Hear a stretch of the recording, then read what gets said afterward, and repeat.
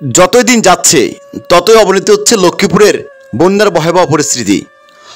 প্রতিটি মুহূর্তে হু হু করে ফেনী নোয়াখালী থেকে স্রোতের গতিবেগে বন্যার পানি পূর্ব উত্তর ও পূর্ব দক্ষিণের সীমান্ত দিয়ে লক্ষ্মীপুরের গতিবেগে ঢুকে পড়ছে। এদিকে পানিগুলো আসতেছে, ভারতের বন্যার পানি এদিকে আসতেছে, ঠিক আছে। এই বন্যার পানি, বন্যার কবলিতে এই পানিতে মানুষ খুব একটা একেবারে দুঃখজনক অবস্থায় আছে। সো আমাদের এই দৃষ্টিতে আমাদের এই এলাকাটা যাতে করে ঊর্ধ্বতন কর্মকর্তারা দেখে বিশেষ একটা ব্যবস্থা গ্রহণ করতে পারে, আমরা এটা তাদের কাছে আশাবাদী। ক্রমান্বয়ে পানি বাড়তেই চলেছে।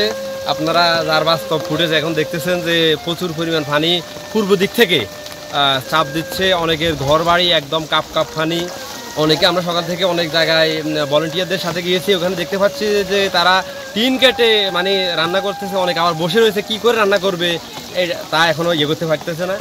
আবার আমরা অনেকে দেখেছি যে আমাদের এখানে নুর ইসলাম মেম্বারদের বাড়ির পাশে এক কৃষক খামারি, উনি মূলত 15 লক্ষ টাকার মাছের ওনার গেট ছিল, ওটা সম্পূর্ণরূপে ভেসে গিয়েছে। এছাড়া অনেকের পারিবারিক যে পুকুরগুলো একদম ভেসে গিয়েছে বন্যার।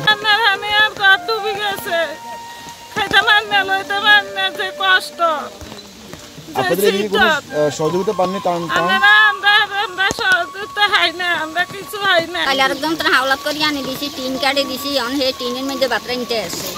আপনারা কোনো সহযোগিতা পাননি? টান পাননি?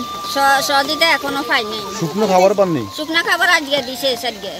হ্যাঁ, শুকনো খাবার তো পেট ভরে না, না? যে না, শুকনা খানা যদি হেড বইতো তো বাচ্চার হালত বাড়াত লাগতো না, করেন না, নাই তো এবার বৃদ্ধ দেখেননি সব ডুবে যাইতে আছে পানি, আমরা বাড়তে পারি না। ঠান্ডা মান্না হইতেছে, কোনোরকম কেউ টিন কাটি টিনের উপরে চুলা বসায়, কেউ ইট দিয়ে ইটের উপরে বসায়, কেউ ঘরের ভিতরে গর্ত করে, যাদের টুটি কাটি দুই একটা জায়গা হচ্ছিল ওইখানে তারা একটু গর্ত করে তারা ফাঁক করে কোনোরকম।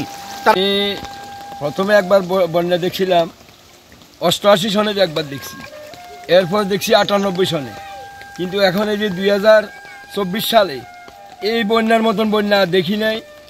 এরকম পানি চতুর্দিকে, পানি আর পানি। আমার ঘরের ভিতরেও পানি ঢুকে গেছে, চুলের ভিতরে পানি ঢুকছে। এখন কোথায় যাব না নাতকুল নিয়ে?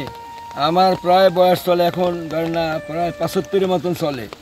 এরকম বন্যা আর আমি কখনো দেখিনি আমার জীবনে। পানি বাকি রয়েছি আর আমরা পানি বন্দি হয়ে রয়েছি, বাড়িঘর বাচ্চা তো রানি কাটতে হয় না, এখন টেনে চুলে কেন ব্যাগ যায় ব্যাগ হচ্ছে।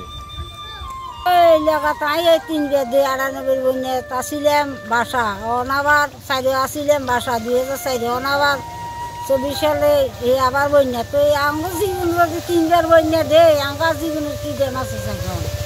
বাড়তে কষ্ট হয়, খরচা জায়গার কষ্ট হয়, খানা কষ্ট হয়, ওটা জায়গার কষ্ট হয়, বেডের জায়গা নাই তো কিনতাম কমে যেতাম। আজি আঙ্গ বাড়িঘর ব্যাগ ডুবি গেছে, আমরা কত সিদ্ধতা আছি হন এ মাইয়ার রাঁধছে, মাইয়ার অত হইতো হানির মধ্যে নাইনাতপুর কবার রেতে মারি।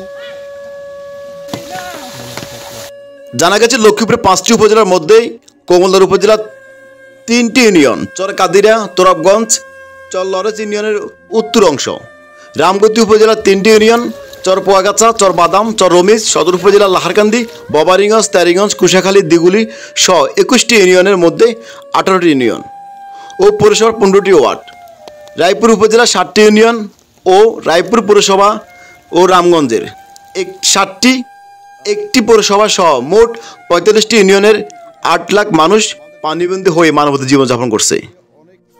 গত কয়েকদিনের বন্যার পানিতে লক্ষ্মীপুরে গ্রাম পর গ্রাম প্লাবিত হচ্ছে, যার কারণে মানুষ বিপর্যয় হয়ে পড়েছে।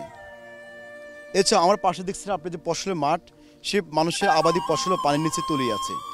মানুষের যে আপনার মাছের গ্রের, পুকুরের মাছ চাষ সব কিছুই পানির সাথে, মানুষ স্বপ্ন একেবারে একাকার হয়ে গেছে। এছাড়া আমরা খবরে জানছি লক্ষ্মীপুরে এ পর্যন্ত প্রায় 8 লাখ মানুষ পানিবন্দী হয়ে জীবনযাপন করছে। মোহাম্মদ রুবুল হোসেন, ঢাকা মেল, লক্ষ্মীপুর।